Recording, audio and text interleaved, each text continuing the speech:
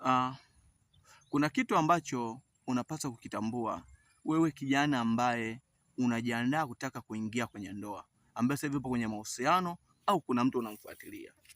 Ili uishi maisha ya furaha kwenye ndoa, kitu pekee cha kuzingatia, hakikisha unaoa mwanamke ambaye anakupenda yeye, sio anampenda wewe.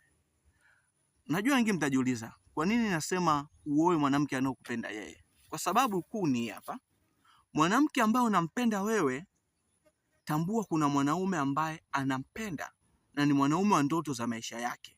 Kwa hivyo kipindi unalazimisha kuwa naye, akili yake haitokuwa na wewe. Akili yake ipo kwa yule mwanaume ambaye yeye anampenda, ambaye anaamini amezaliwa kwa ajili ya maisha yake.